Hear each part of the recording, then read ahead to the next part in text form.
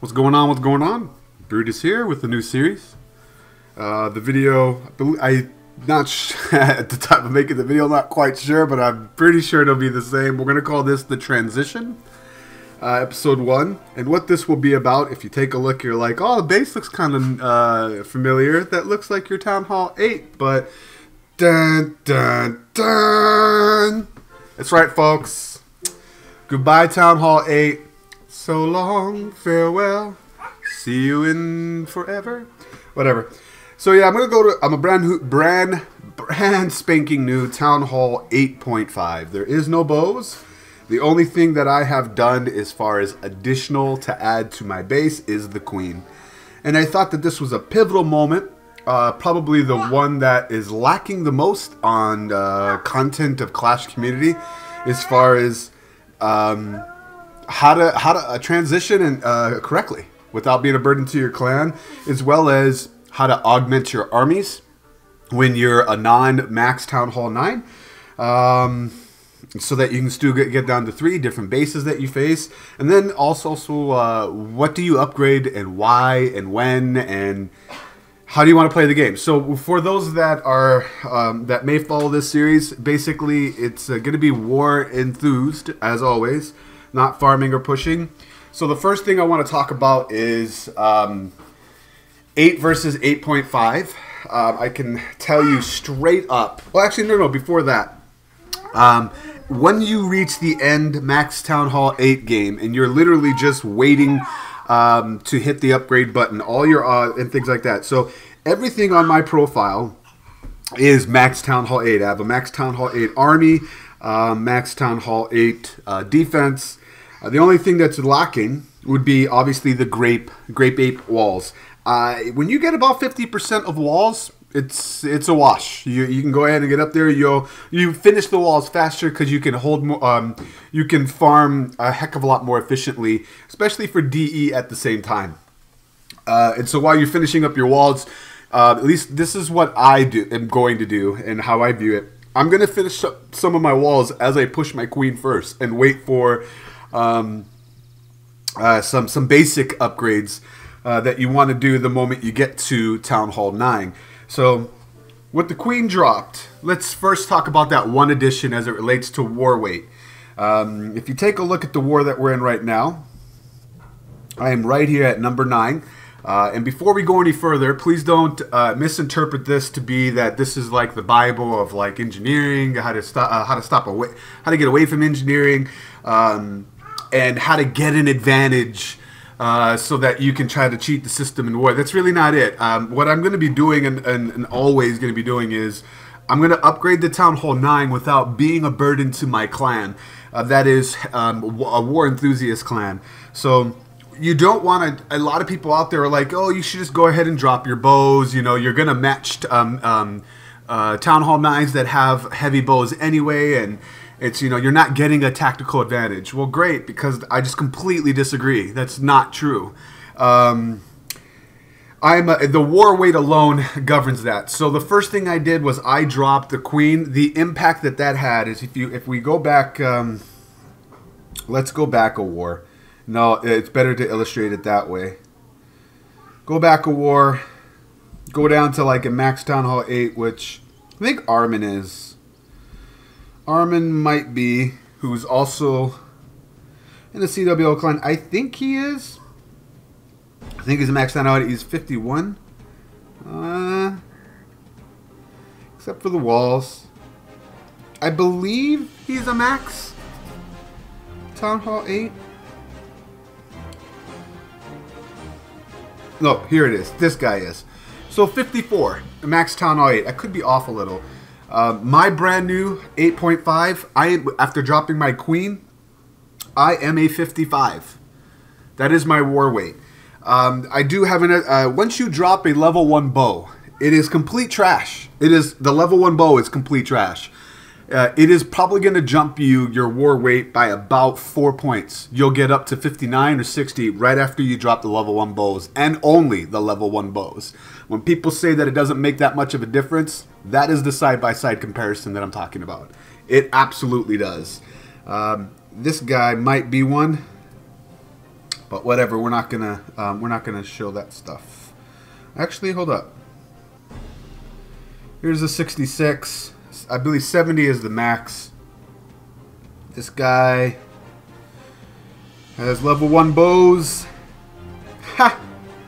Here's the comparison I was talking about. He added, he's a brand new Town Hall 9. He's got a level 3 queen. He's got the 4th wizard, the extra archer tower, and the extra air defense, and level 1 bows. He's up in 61. So there's a great, offensively, I'll show you what he has for that. This guy. Not much. He did get the witch. So yeah, there you go. Just wanted to kind of illustrate my point that the moment you drop level 1 bows, your war weight is significantly impacted. Remember, mine is only at 55. 1 point is a big difference when you're talking about 50 to 70 in the life cycle of Town Hall 9. 55 to 70 in the life cycle of the Town Hall 9. So, war weight, I'm still going to be treated as a Town Hall 8. We'll keep coming back and talking about weights and what I added and the impact it has so you guys can see for yourselves as we go through the transition series. Let's get back to what I decided to upgrade right away. As soon as I get to Town Hall 9, the first thing I did was drop my queen, right? And I'm going to continue to put all my DE in her, and the goal is to get her to 10 is ASAP. While that's happening, then the very next thing that I decided to upgrade was Elixir, right? I'm not going to the gold itself all going into my walls for the time being, with one exception. So this one was the next thing that I put my Elixir on because I need to be able to bring up the next offensive levels. And then the third thing that I decided to upgrade was my Town Hall. That is the only gold investment I am going to do until my queen gets up to about level 10. I'm not adding extra walls. Well, I'm sorry, I'm going to be obviously bringing up the levels of my walls. But I'm not going to be upgrading my defenses, dropping new defenses, or any of that. And until my queen gets to about level 10, and at least until I have at least one Town Hall 9 army like level 5 hogs. Or a Laloon, but I'll probably get hogs faster. What just missed here, and I'll show you guys what I do to get here, I changed my farming strategy. If you take a look at my attacks right here, it is completely barch. I can't do Super Queen yet, so how am I going to get everything that I need? I just barch, like regular old school.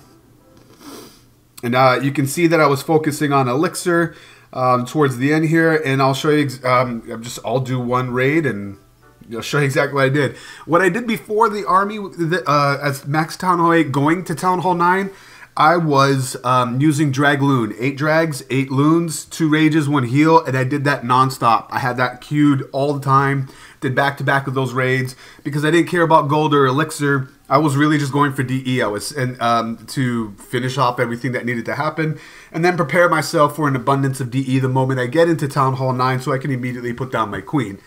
The next upgrade that's going to happen after we get the elixir down is we're going to decide what first troop to put in there. And then I'll talk. Oh, I forgot about the last one.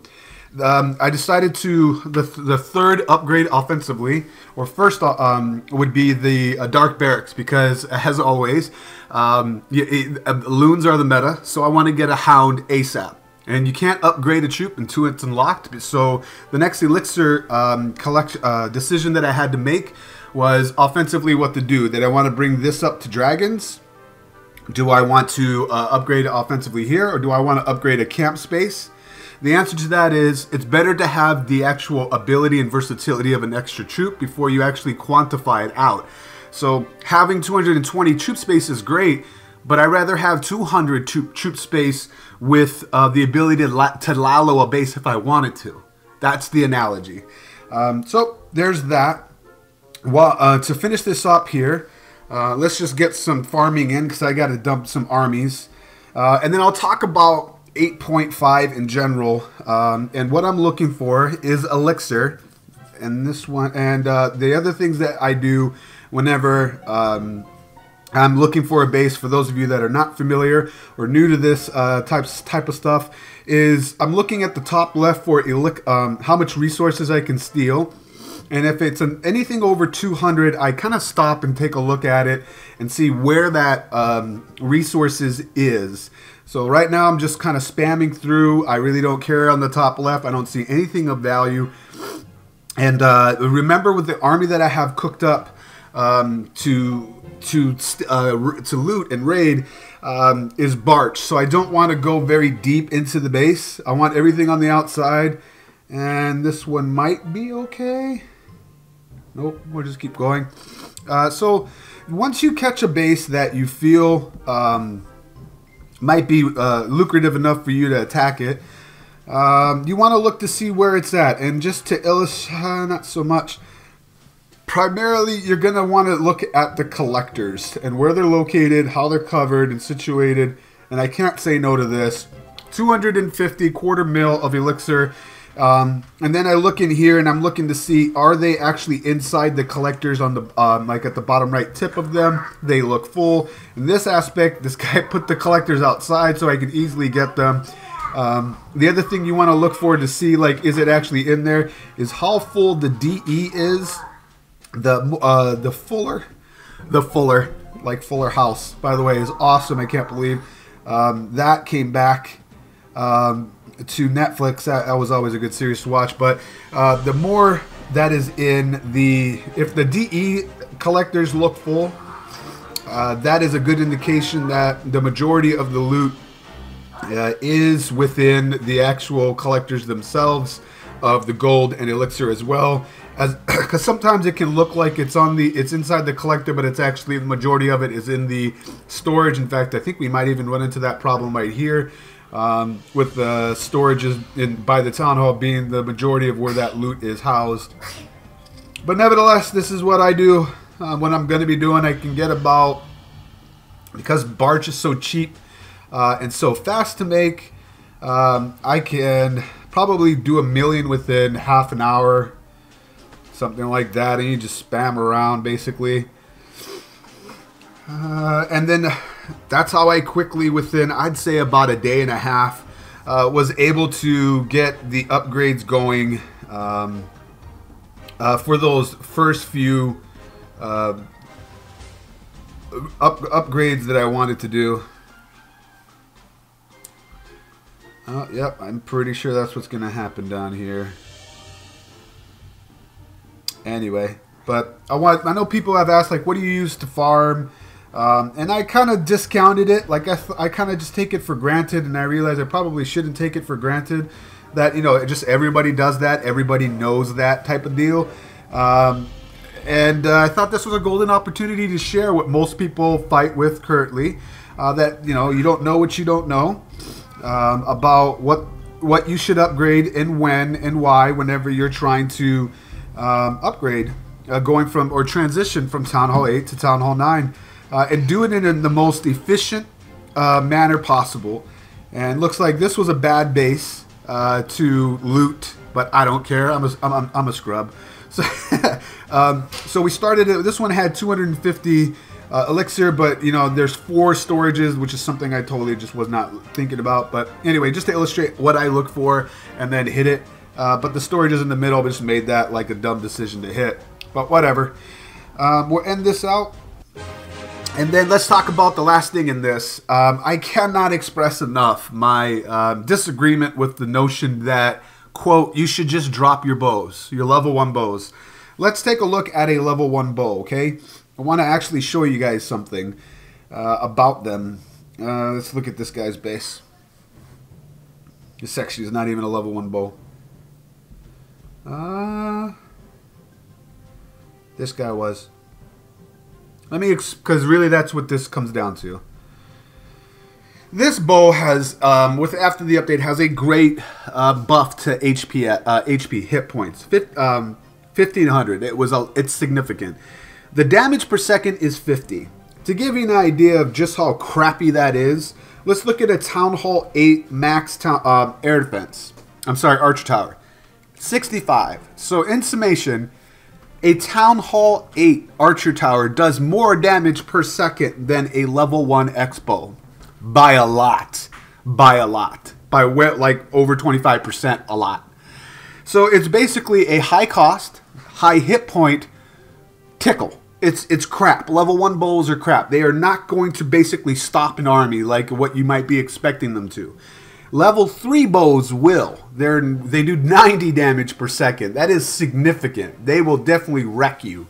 So what I'm saying is, why increase your war weight by nearly 5 points or 4 points, going from like 55 to 60, just for 2 level 1 bows that truly don't give you a return on investment defensively, as much as they really, their potential that they could.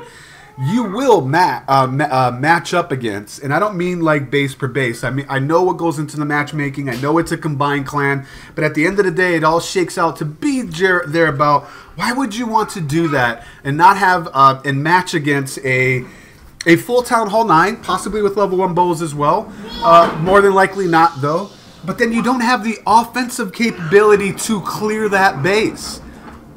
You're a burden to your clan. And I'm not talking about engineering. I'm talking about smartly and efficiently upgrading your town hall so that you can be viable in wars while you transition from Town Hall 8 to Town Hall 9 without burdening your clan.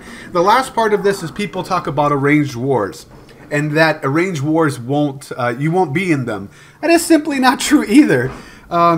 In the CWL, there's rules that you can't have 0.5s, but in that aspect and in that language, they're governing and covering. Basically, you can't have max royals and max defense of Town Hall 9 and not a single X-bow. That truly is engineering.